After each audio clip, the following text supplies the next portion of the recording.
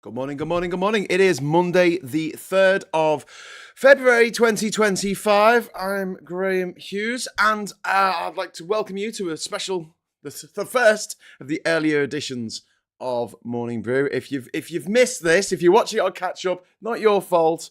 I didn't trail it as much as I possibly should, but it was suggested last week that I fill the gap between the Today Show on Radio 4, which finishes at 9 o'clock, and James O'Brien on LBC, which starts at 10 o'clock. So 1 hour show.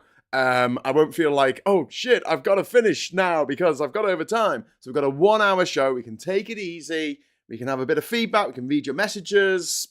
Enjoy. Okay, so who have we got in the chat? We've got Leapshin. It was there before everyone else. I think Leapshin was there about 7:30 this morning. We've got Cheese Factor in there. We've got Sarah Davis. We've got Roxy Rules. Hi, Roxy. We've got Colin Baker in there. We've got Russell Cannon. Always good to have a doctor in the house. We've got Veg Pie. We've got Kaza. All right, Kaza. If you'd like to join them in the chat, all you need to do is hit that subscribe button. That's all you need to do. And wait for about 30 seconds or a minute, and you will be able to join them in the chat. But don't be a troll, or we will shut you up. You'll still be able to watch. You just won't be able to say anything. So, what's happened? Elon Musk, E-lump, the two-headed monster that is Elon Musk and Donald Trump, two disgusting, horrific, nepo baby bastards who have decided to ride the world in a handcart all the way to hell. And we haven't even got to 4 weeks of this. This has only been 2 weeks. It's only been 2 weeks since the inauguration. That's all. 2 weeks. And in those 2 weeks, the amount of shit they've done has been eye-watering. This is by design. You know, like the psychos in the TV show Hannibal. This is my design. Yeah, this is all by design. This was all plotted out years in advance by the Heritage Foundation, the Koch brothers, or I suppose there's only one now, the Koch brother. All of those absolute, sorry, I'm just cleaning my glasses. All of those absolute gobshites, you know, all connected with the Tufton Street lot, all connected with the oil lobby, the tobacco lobby, the lorry full of tobacco, the tobacco lobby, the arms lobby, the merchants of death.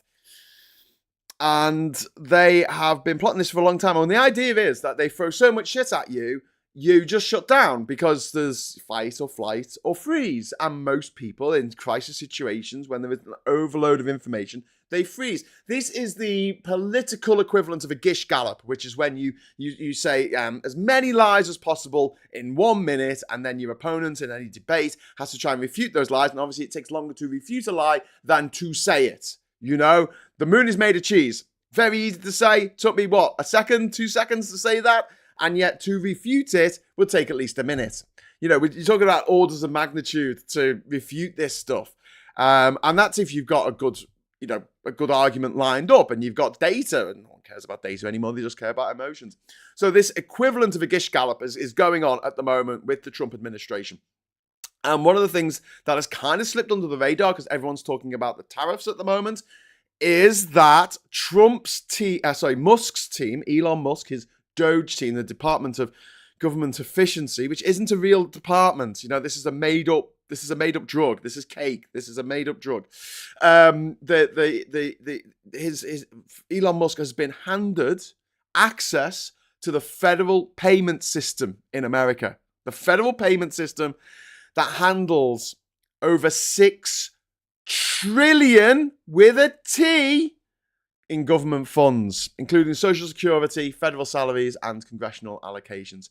Okay, so $6 trillion is double the GDP of the United Kingdom. Yeah, for a year. It's double. The GDP of the UK is around 3 trillion.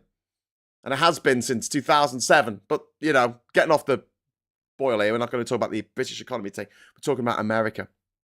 $6 trillion. That is 6 million million.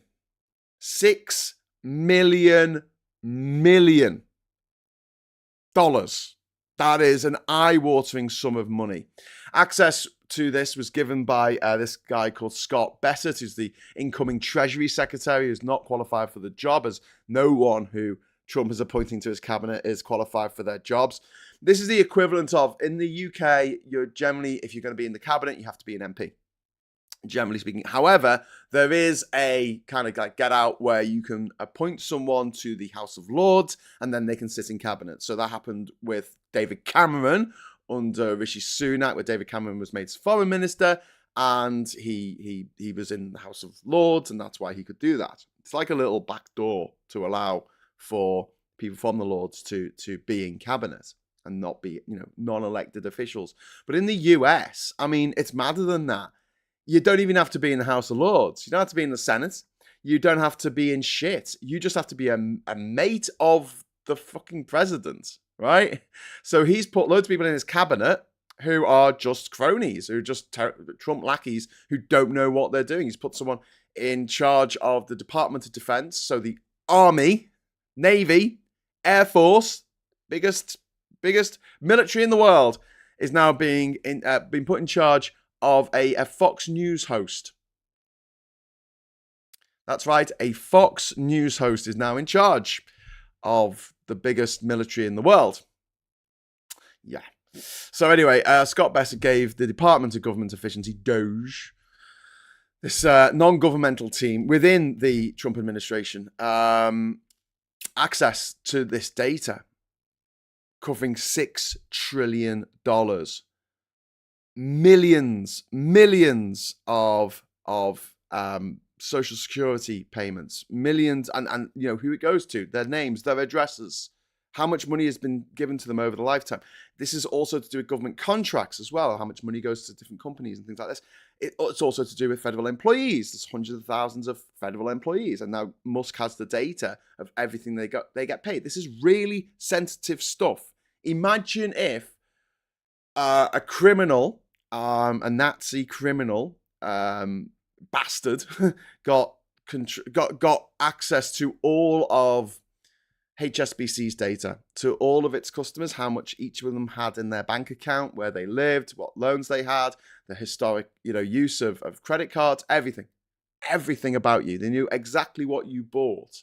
They could go through your statements and see what you bought 10 years ago on your HSBC card or whatever. This is the equivalent, right? This is huge. I can't stress how big this is. David Lebrick, who was a long-time Treasury official, was forced out of his job for opposing this, for opposing Musk's access to the system.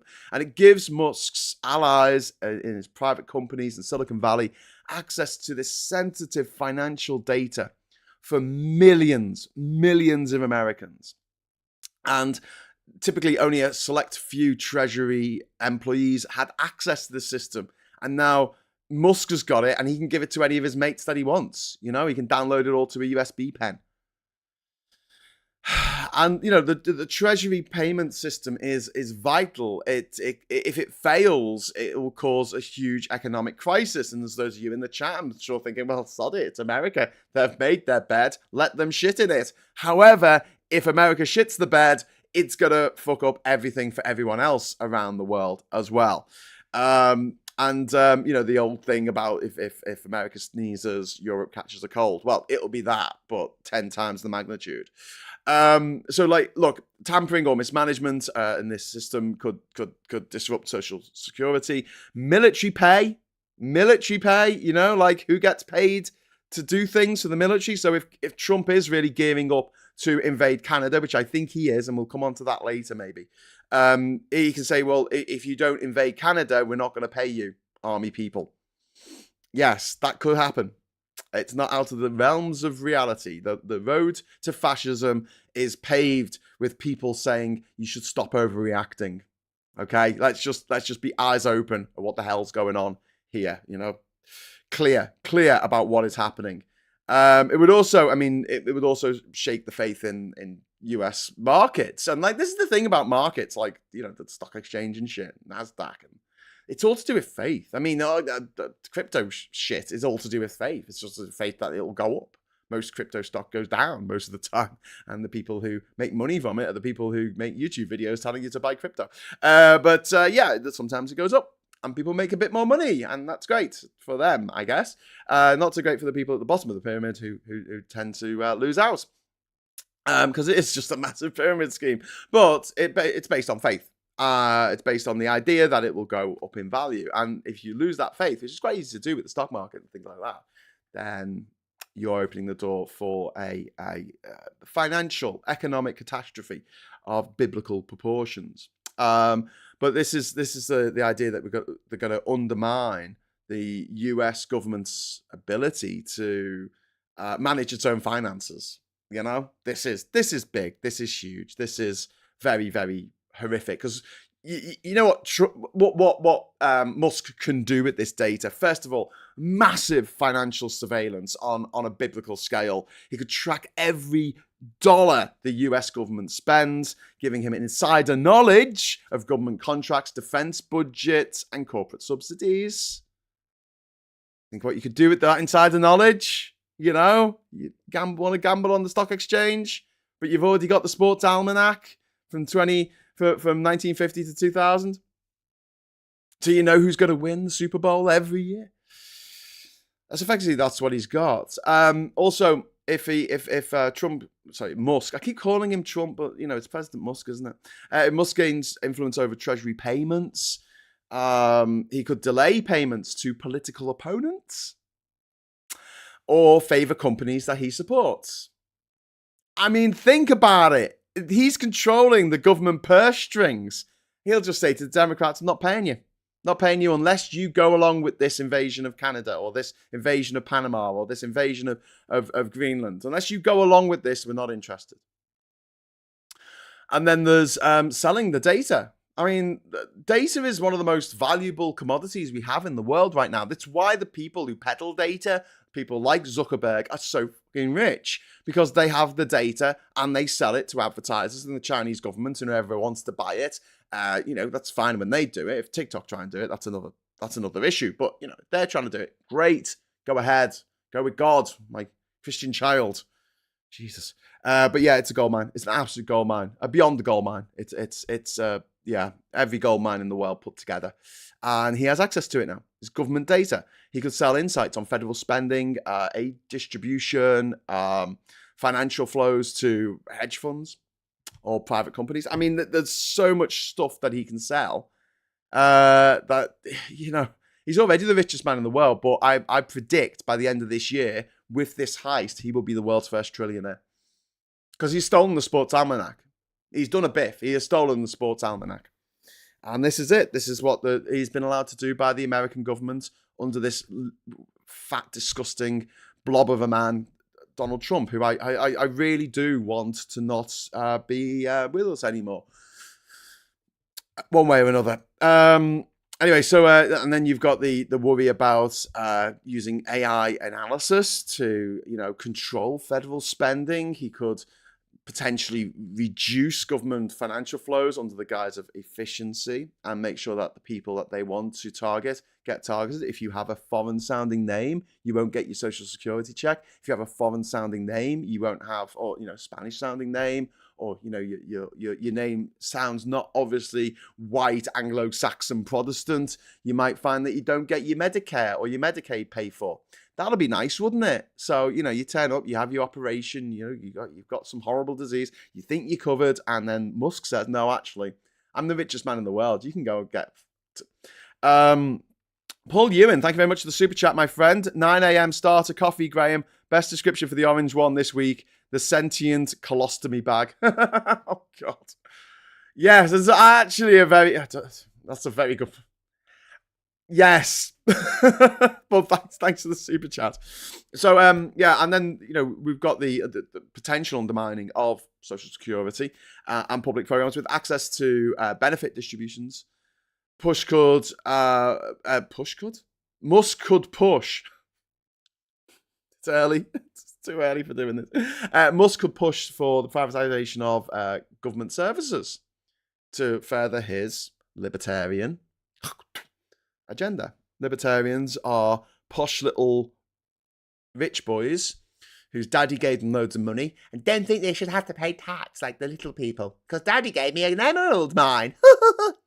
This is like the absolute rise of the nepo babies. And I want to say this because I know I might upset a few people when I say it. But last year, if I had done a roundup of the year, I was going to make it like the triumph of the nepo babies. It was the triumph of the children of millionaires making it in the world and going, wow, I made it in the world. How did I ever do this? I must have pulled myself up by the bootstraps. And over the summer, we had our Brat Summer from Charlie XCX. And, you know, like, it was good. She was backing Kamala Harris.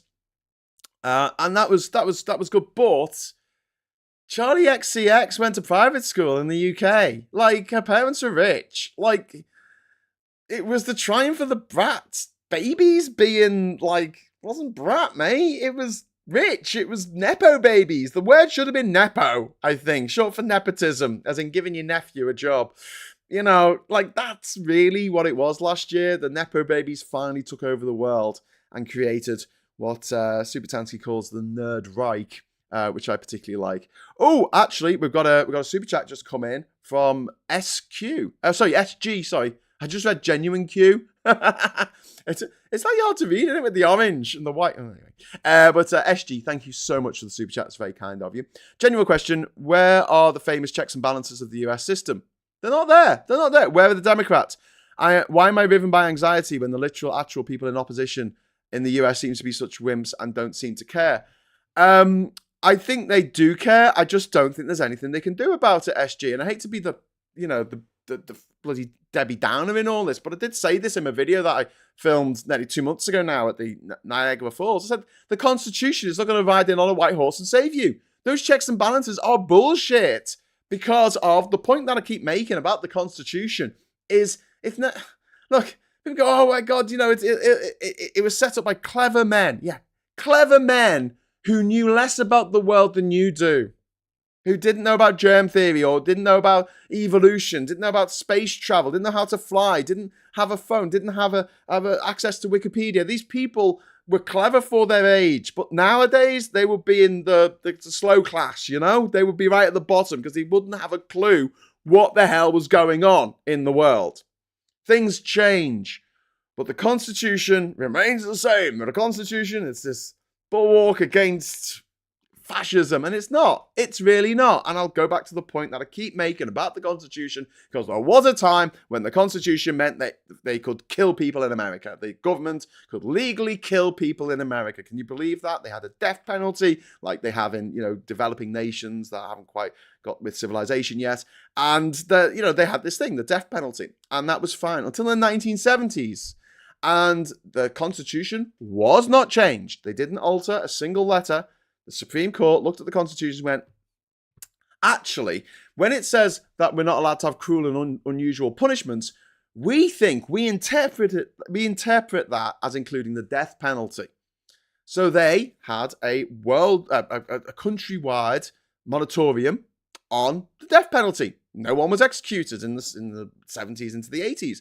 Until it was brought back by a later Supreme Court judgment, which said, actually, no, we can have it. We can actually, the state can kill people. That's fine. That'll set a good example to people not to kill people if we kill people. Okay, right. So the laws didn't change. The Constitution didn't change. The interpretation of the laws set out in the Constitution changed. You can say the same about abortion. For many years, abortion was illegal. And then Roe versus Wade came along in 1973. And they said, well, actually, looking at the personal freedoms here, the US government cannot sanction what a woman does with her own body, which is correct. And that stayed there until the Supreme Court got rid of it a few years ago. They said, no, we're going to reinterpret that to say, no, actually, the US government does have the right to invade your privacy, even as far as your uterus is concerned. Only for women, though. Welcome to Listen Up Democracy for joining Lone Star level of membership. Your name will appear at the end of the show. Not this show. Maybe tomorrow. I need to add it. And Alistair Kerm. Oh, thank you very much, Alistair. Is gifted 5 Politics Social memberships. Thank you so much, sir. We've got another 5 members on top of Listen Up Democracy. We've got Alex has got a membership. We've got Liz Allen in there. We've got GM.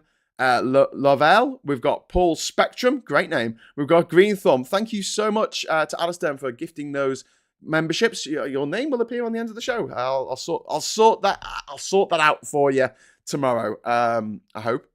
maybe today. Or maybe by the time we do stateside tonight, I'll have updated it. Hey, God,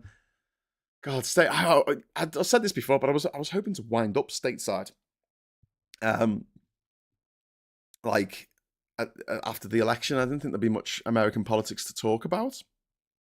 But oh my God, I was wrong. With Trump winning, there's too much to talk about. But this is whole part of their point of their agenda to do this gish gallop to make sure that we are overwhelmed by the bad news, and so we all shut off and go, we don't want to hear anything more about it. But it's our duty to, first of all, look after ourselves. Remember, look after yourself. Put your own mask on before you put the mask on someone else, okay? Just look after yourselves. If you can take it, great. Stay here, right? If you can't, if you're having trouble with your mental health, please give it a swerve. Give all this shit a swerve, right? Because you come first. But if you can handle it and you want to get into the fight and you're willing to do this, then stay alert. Stay on top of all this stuff, because it might seem like a small thing that we do this in the morning. You know, we have a few hundred people watching. But honestly, the ripples, that's what it's all about. It's you talking to someone and being a bit more knowledgeable about it than you otherwise would have been. And you don't know where that'll go. You don't know who will hear that or who will see that and how that might change someone's heart or mind further down the line. We don't know. But what we do know is that the worst thing we can do right now is nothing. The least we can do is point out the shit that Trump and Elon Musk is doing and say this is shit. This is shit. Not so we can say I told you so once the world ends, but so that we can encourage people who are currently supportive of these gang of bastards, these banger gastards. That you know what they're doing is completely out of order. Anyway, so I was talking about selling government data to private companies, hedge funds. Hedge funds.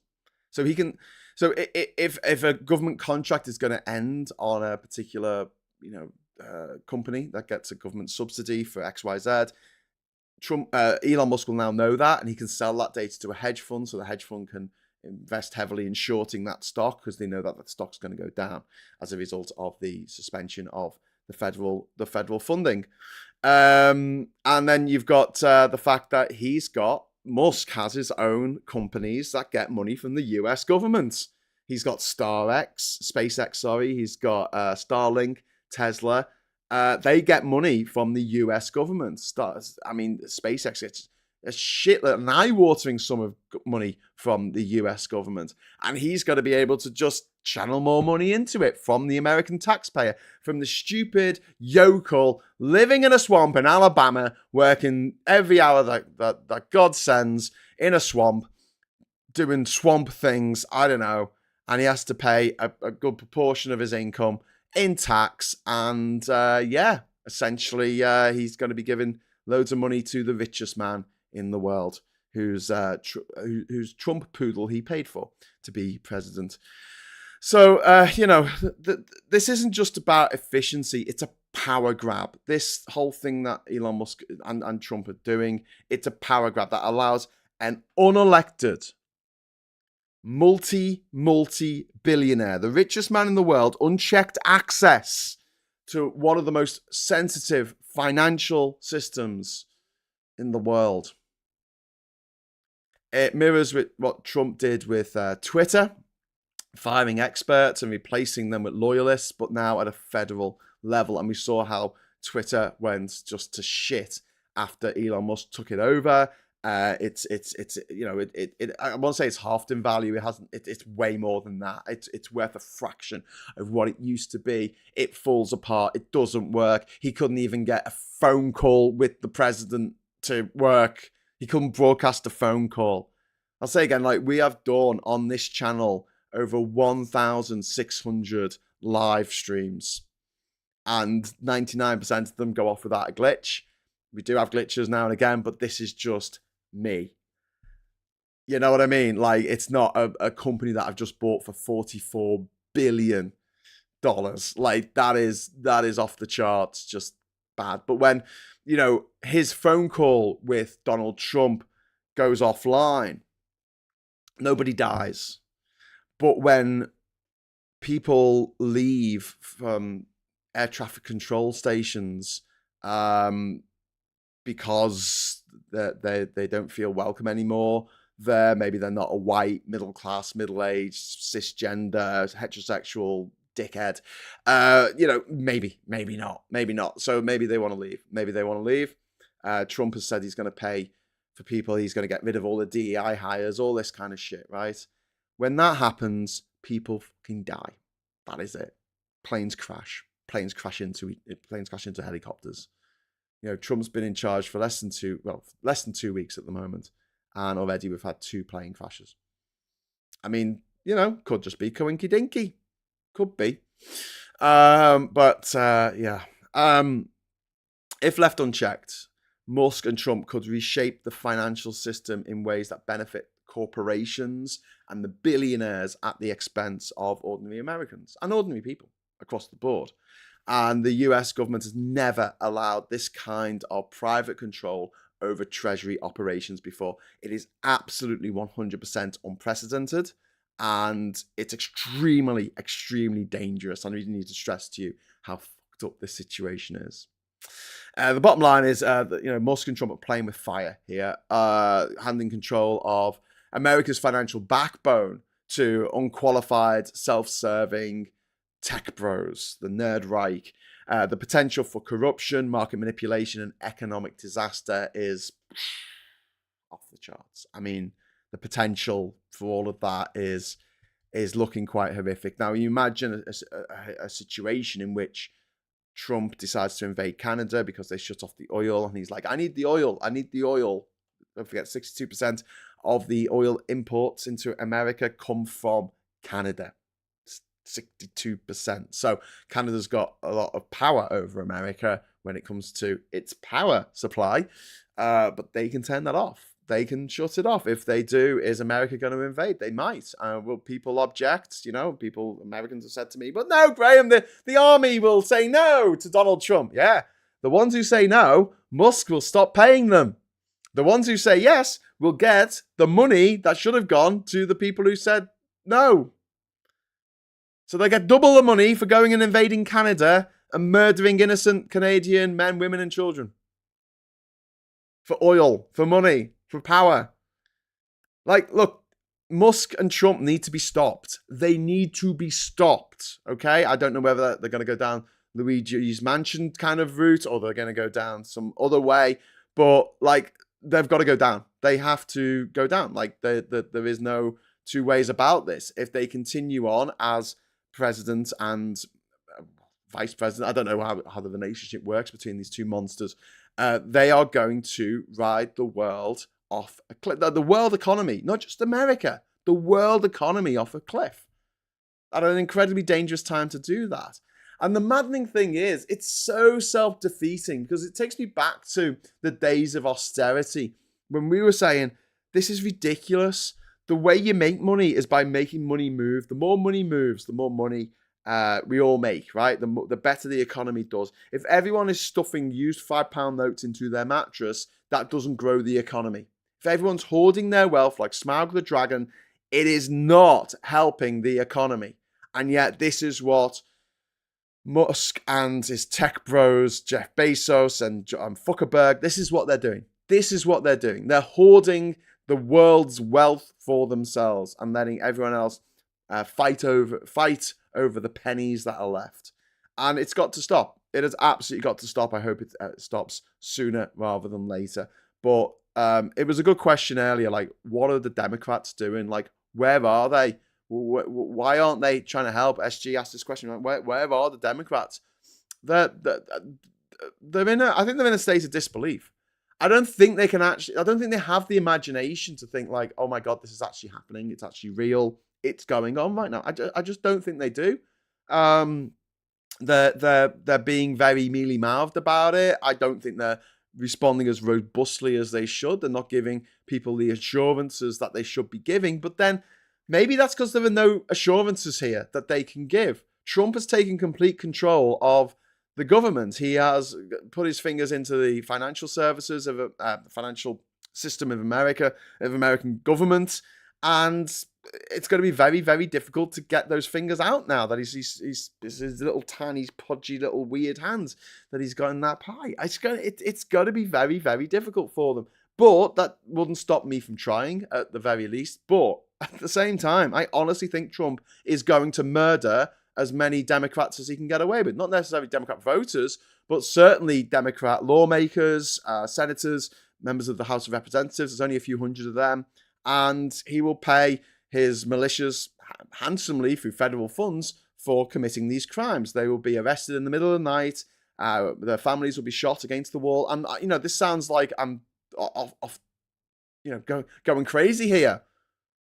But it's happened before. Like, in history, this has happened so many times. When you get people with Trump's personality type, which is psychopath, in charge of a nation, they consolidate power to themselves. They don't let anyone else speak up. I mean, the way that what's his name, Putin runs Russia. That's what Trump wants for America.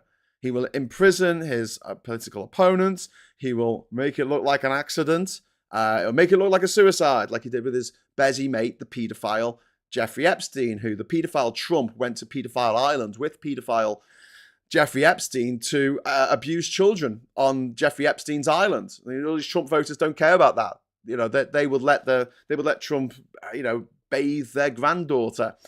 Yeah, and put her to bed. They would literally do that because these people don't live in the real world.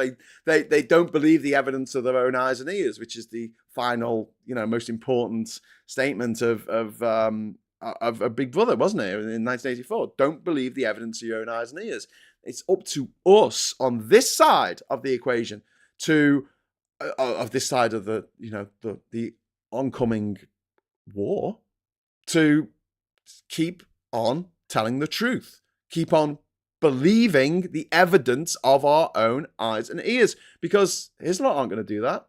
They're not going to change their mind. I honestly believe that. I think that you might be able to get a few across to some of the sort of more soft Trump voters, but the people who have made Trump their life, have made Trump the thing that keeps them going. They've lost the church, it's too woke. They've lost NASCAR, it's too woke. They've lost their family, it's too woke. All they've got left is Trump and their belief in Trump. It's a cult. It's a doomsday cult. It is beyond horrific what is on the horizon, and we have to address it. We have to go. This is happening right now. This is happening, and this is what we need to do to try and, I guess, highlight what is happening, but also fight back against it. This is our act of rebellion, making these videos, you leaving comments. This is our act of rebellion. It's all we can do. I mean, we're not in power. We're not billionaires. We're not even millionaires. But yeah, it is, as Alistair Kerm says, thank you very much for the super chat, Alistair. Scary time in the world. Batten down your hatches. Yeah, I'm kind of glad that I owe fuckloads of money to the bank, because if the world does end, I mean, I'd hate to lose all that money, but I won't. The bank will.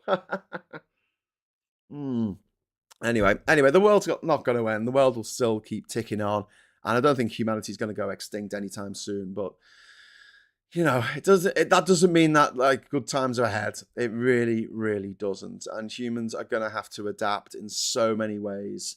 And we'll look back, I'm sure, in 30 years' time, 40 years, if we're still around then, and we're going to look back and just go, bloody hell. Do you remember when we were young and we didn't have an earthquake?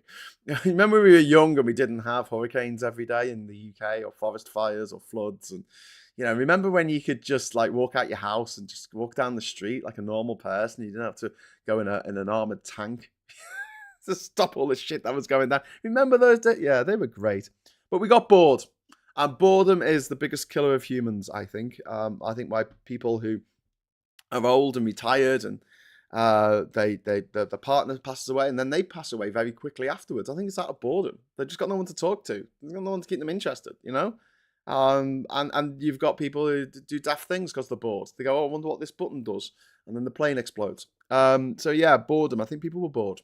They just wanted a bit of excitement in their life. Biden was too boring, and he just got on with the job. Who wants that? and they wanted some excitement in their life. They wanted the world political stage to be like WWE, which I don't want it to be. Even though I'm a politics wonk, I hate it. Like, I don't want this. I just want politicians to be managers of fucking everyday life, in the UK or any country that they're in charge of. I want them making things incrementally better. That's what I want. I don't want them making proclamations and starting trade wars and upsetting everyone and doing mad heists and doing crazy things and being cruel on a biblical scale. Super chat came in from Commander DJ Burp. Thank you very much for that, sir. Andrew Andrew of Royalty is a nonce-burger too. He is Prince Andrew is a nonce. He hung out with this creepy man called Jeffrey Epstein. Went to his private pedo island after Jeffrey Epstein had gone to jail for being a massive pedo. So he was found in a court of law to be a massive pedo, went to jail, got out. Prince Andrew's like, yeah, I'm going to hang out with that massive pedo. Yeah.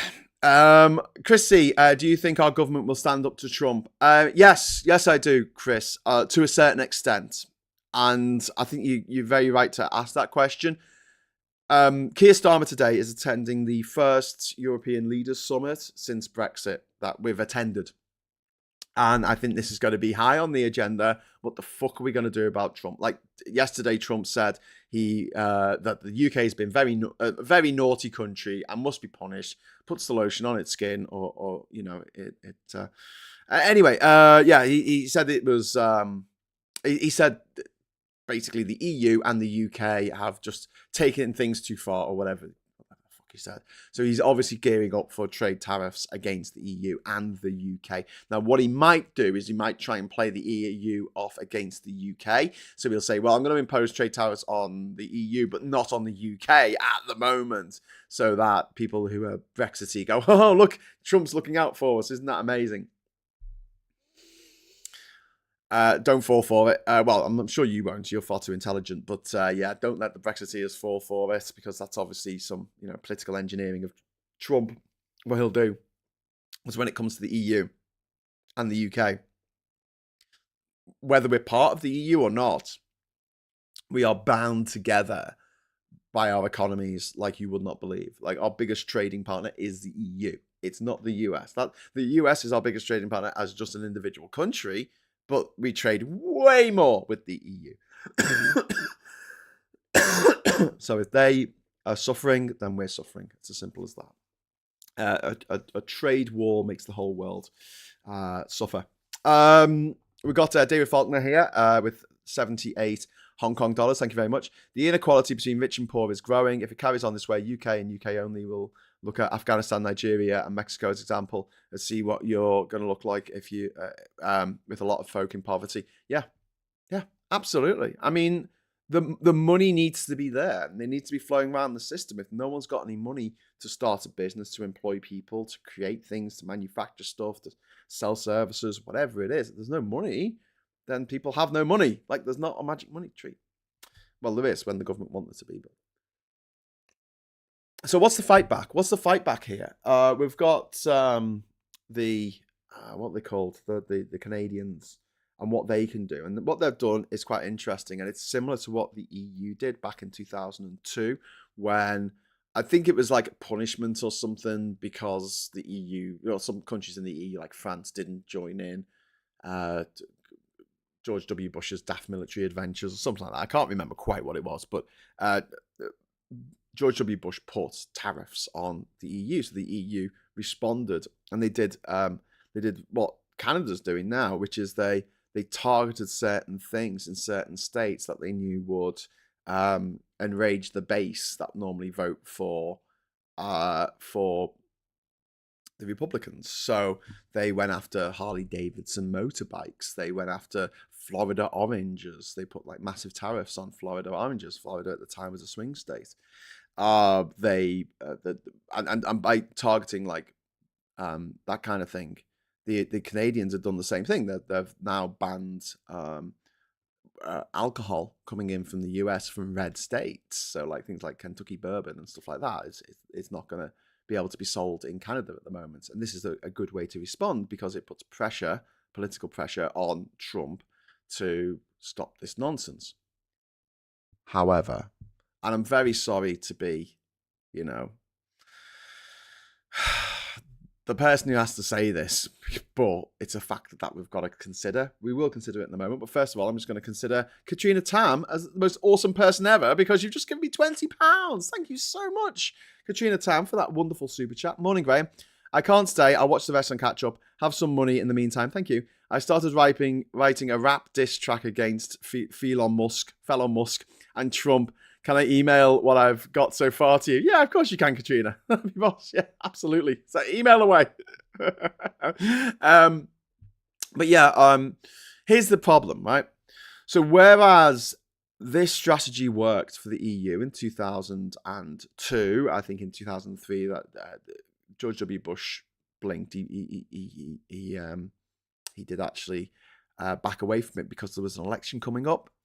And he needed the votes from those states. And if people were losing their jobs because they weren't selling as much stuff to Europe, then one of the states was like Wisconsin, which he really needed to win. And he needed to win Florida, obviously. Trump doesn't have that issue because I'm going to say it again. I've said it a few times. I don't think there's going to be any midterm elections. I don't think there's going to be any more elections. And you can say, but it's in the Constitution, Graham. It's in the Constitution. You can scream it from the head, from the rooftops. But the reality is that the Constitution is a scrap of paper written by a bunch of racist, slave-owning dickheads from the 1770s. They might have been clever in their time, but now they would be in the stupid set. They'll be in the slow set, right? And it can be interpreted any way the Supreme Court sees fit. Anyway. And I think one of the ways they're going to get around this is by saying Trump saying there is a national emergency. He's going to declare a state of emergency. A federal state, not just at the border, but like a federal state of emergency. Across the country, he's going to mobilize the militia and he's going to suspend elections. And he can do that. Don't let people say, that the law will write in, the Constitution will save us. The Constitution won't save you. Your Constitution is bullshit, America. Please understand this. It will not save you. All it is a comfort blanket. But it's a comfort blanket that has been fucking infected with smallpox, okay? Stop hugging it. You're going to give yourself smallpox, okay? It's not going to happen, right? The Constitution is not going to be interpreted in the way that you want it to by the Supreme Court that you've got. And if the Supreme Court doesn't interpret it the way that, Trump wants, he's going to stack the court. There's so many ways he can get around this. There's the Heritage Foundation and the Project 2025 gobshites. They have spent 50 years studying the Constitution and sussing out all the wizard weasers ways of getting around it. They know what they're doing. Trump's a dickhead, yes. Elon Musk, dickhead, yes. But the people around them, they know what they're doing. And they are setting things up. So there's economic turmoil in America, so that they've got a pretense for invading Panama, for invading Canada, Greenland, wherever, Mexico even, wherever they want to invade, right? Causing war and instability. You'll get the rally round the flag effect. Trump will suspend elections. And we are entering a new dark age as a result of Trump being in power. There is a quick and easy way of stopping all this. I can't really say what it is on this stream, but you all know what it is. Because I genuinely believe that the psychopathy of one squishy, fat, disgusting orange colostomy bag with way, way, way more power than any human being should ever be imbibed with. I just feel like, that's one person who is aiming to destroy the lives of 6 billion. And if we're going to do the trolley problem, yes, I'm going to pull the lever so that one person gets the trolley instead of 6 billion, 8 billion, however many we have in the next few years. I mean, Yeah, this is what we've got to look forward to. If someone doesn't do what's necessary, is someone going to do what's necessary? Well, I've had a couple of pops already, haven't George, thank you very much for the super chat, my friend. We should be extremely concerned about the number of Tory MPs and British oligarchs who support Trump. Yes, absolutely. And when Trump goes down, and believe me, he will go down. He will. One day. It might not be for a while. Might be tomorrow. I don't know. But he will go down. We cannot let the likes of Farage and Badenoch and that Suella Braverman creep. We have to make sure that no one forgets that they supported this fascist in the White House and everything that he did. MH Carer, thank you very much for your third super chat. That's very kind of you. Is the world heading for global dystopia? Warning. Check the film Elysium. Yeah, I mean, that's what they want. They want that kind of world. They want the world of Wall-E, where, like, you know, the rich go and live in a fucking space station and just get fat and sit around a pool.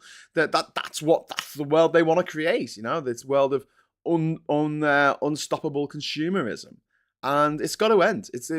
This is our opportunity to make sure that we build something better for our kids and our grandkids. This is our opportunity right now to do that. And whether we can or not, it's up for debate, but I hope we can. I really, really hope we can. Vance is no better, says Laura Smith. Yes, you're right to an extent. He doesn't have the charisma of Donald Trump. He is a creepy weirdo. What do they call him? A cabbage patch pedo or something? No, an evil cabbage patch doll come to life. People don't like him. People don't warm to him. You saw what he was like when he was trying to buy a fucking donut. And this is the thing about tyrants like Trump who rely on their personality cult around them. It's why tyrants like Farage, who's a wannabe dictator, he can get loads and loads of millions of votes for refuck. If he wasn't around for whatever reason, refuck would not be getting a fraction of those votes because Richard Tice is eminently unlikable. No one knows who he is. No one cares about him. No one gives a shit about him. Whereas Farage has set himself up through his friends in the media, his old private school buddies, to be a voice of the people, for a voice of the people who went to private school and went to the city and became city, I don't know what he was, a city broker or something. I think he did some stuff in the city, made loads of money off, you know, probably investing his daddy's cash. And then decided to go and become a career politician by railing against career politicians, of which he was one. And I honestly think that, like, if all things being equal, we need to do whatever it takes to protect democracy. And when you have people in power saying, I'm going to destroy democracy, they need to be stopped. They need to be stopped by any means, because otherwise democracy is a precious, fragile thing, you know? And once it's gone, it will come back eventually. It always does, because it's the most stable system that we have. It's the most stable system of governance that we have, humans have ever come up with. It is a shit system. It is the worst possible system apart from all the others, as Winston Churchill famously said. He was right. He was fucking right. It's not a great system. It doesn't make everyone feel empowered. It doesn't make everyone feel happy. But it's so much better than the alternative. The alternative is fascism, the dictatorship, totalitarianism, which is what Trump and Elon Musk and their merry brand of libertarian nepo baby fuckbags want for the world. So there you go, JD Couch. Yep, I'm going to just jump over to the papers for a moment. Wow, that hour has rattled on quite fast, hasn't it? We're up to 49 minutes through. We've got James Bond there, looking like a granddad. Hey, how you doing, James Bond? Daniel Craig, 56. Bloody hell, 50. So he was running around as James Bond and he was over 50. Well, that makes me feel bad. OnlyFans files 1,600 crimes linked to OnlyFans. This is web porn cited in COP reports over rape, stalking, and blackmail. More than 1,600 alleged crimes linked to online porn platform OnlyFans have been reported to the police in 5 years, the Mirror found. They include claims of rape, blackmail, and child abuse. Jesus. Labour's Jess Phillips launched a crackdown on web crimes, which is sorely needed. I mean, I don't have a problem with OnlyFans. I don't have a problem with porn on the internet. I don't want to necessarily, ban it all, but it needs to be regulated properly, and we need to make sure that the people who are doing, appearing online are doing it willingly. There's no abuse going on.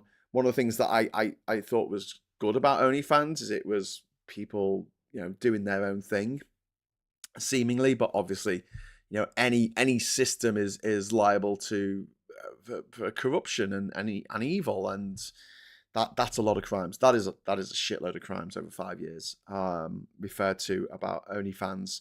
And it's one of those things where it should be an open and shut case, shouldn't it? Like, it's on the internet, like, and you say I didn't consent to that, then that should be a crime. I find it absolutely fucking ridiculous that we live in a society in which if you take a photo of someone against their will, you then own the copyright of that picture without asking permission. You've taken an image of someone, and because you took it, you own the copyright on it. So you can take a picture of a naked woman, and she can be consenting at the time for that picture to be taken. But then later on, she might say, hey, I don't want that picture going online. You can legally put that picture online. Is it moral? Fuck no.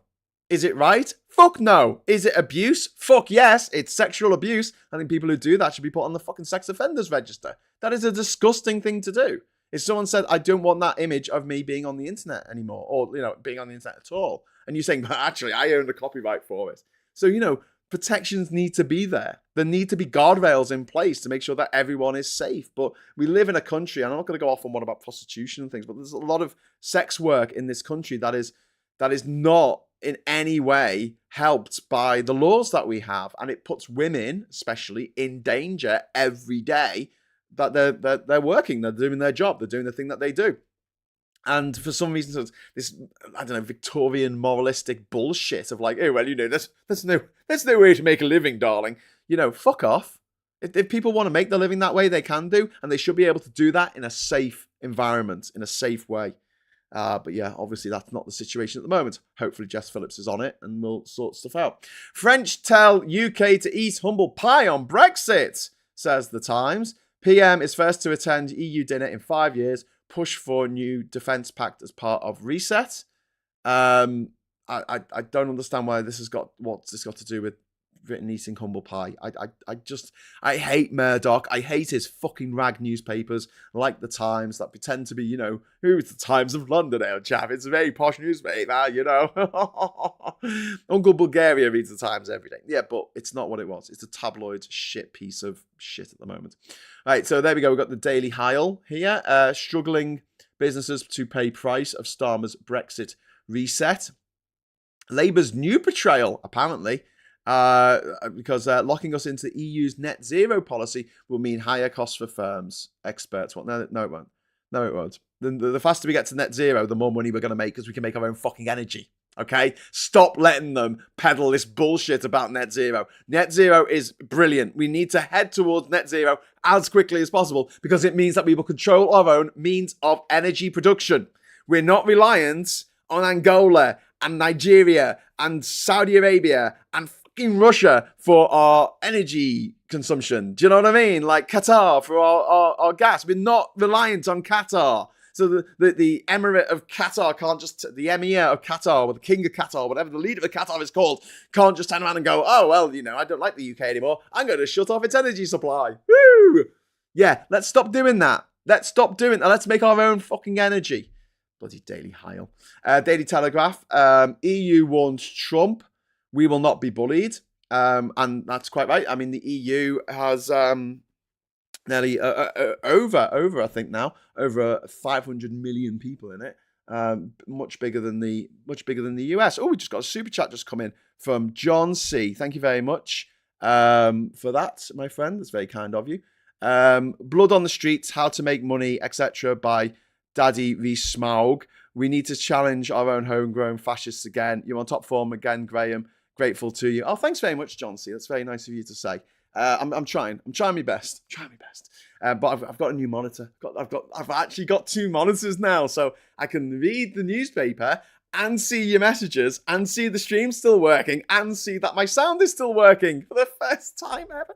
This is brilliant. No, I've got 2 monitors. It's very, very exciting for me. So you'll see me. The camera's in the middle between the monitors, so I've got one here and one here. So if you see me sort of looking to one side, I'm probably reading something. And then campaigner Ruthie Hensel on abject state of our social care system. I'd rather be dead than put in a home. This is the social care system put in place by the Tory government. So, yeah, attacking the Tories there, friendly fire there from the Express. But I suppose this is all Labour's fault, who have been in charge for 6 months. And then we've got Trump tariffs spark fears of global trade war as markets brace for fall. Ofsted plan for reform worse than old system. The old system of Ofsted was you got a one-word review, like outstanding or like needs improvements or something. So they're trying to update that so it's not as shit. I really disagree with individual schools being picked out like this. I think that should be private data for the local LEA. And I think that LEAs should be given a score. LEAs should be given a score based on how good their schools are doing. So if they've got a school that's performing really well, great. But if they've also got one that's performing really badly, that needs to be pointed out to them, but not necessarily to everyone who wants to check, because we've got this stupid system now where if you are rich, your family, your parents can move to the posh area of town where the good school is. Or, if you're rich and you can afford the time, you can go to church every week for a year so you could get into the posh Christian school and have to do RE for GCSE for some reason. Because, RE, really important life lessons in RE. Those ones that everyone ignores about, being nice to people and curing the sick and looking after the poor and, oh God, all that woke shit. Cancer care delayed for 500,000. Data shows that's on the Guardian here. More than 500,000 people in England have waited more than 2 months for essential cancer treatment, which is dreadful because obviously cancer grows every day. That is inside you. And if you've got a particularly aggressive cancer, it needs to be treated immediately, like the next day. You leave it 2 months and it's a matter of life and death. Independent here. Inside Kyiv's nightly battle against Putin's drone bombardment. This is the ongoing war in Ukraine, which is coming up for its 3rd anniversary at the end of the month. It's been going on for 3 freaking years, which is terrifying. Trouble and eek as global warming means hoodlum rats run amok in our cities. Squeaky blinders, that's from the Star, because of course it is. We've got the UK Iron Dome needed to guard against Russian attack. Defense review set to warn. Oh, so we're going to get our own Iron Dome. Great. We could spend money on, I don't know, kids' education, fixing the potholes, fixing the NHS, social care, healthcare. We could spend it on loads of stuff, but we're gonna have to spend it on fucking defending ourselves against a bastard bloody Russian government. Trump, talking of bastards and the Russian government, here's Trump. Trump faces backlash from business as trade war sounds inflation alarm. But here's my point. I just don't think he cares. I don't think he gives a shit. I think businesses can collapse because his mate Elon Musk will make loads of money. His friends will make loads of money. He will make loads of money. What Trump is doing is the heist of the millennium. There will never be, I don't think, in our lifetimes, a bank robbery as huge as this. This makes James Bond supervillains trying to fucking irradiate the gold in Fort Knox seem like, child's play. This is off the charts. It really, really is. People need to stand up against Trump. People need to be making videos. People need to be talking about what he's doing and the trouble that he's causing. I know that doesn't sound like much, but that's all we can do. It's all we can do is just point this shit out. What else? What else is there? What else? If you want to tell me in the chat what else I can do here in Durham, in my partner's house with an old camera and a microphone that a viewer donated to me. Tell me, let me know, and I will do it if it's in my means, if it's in my capacity. But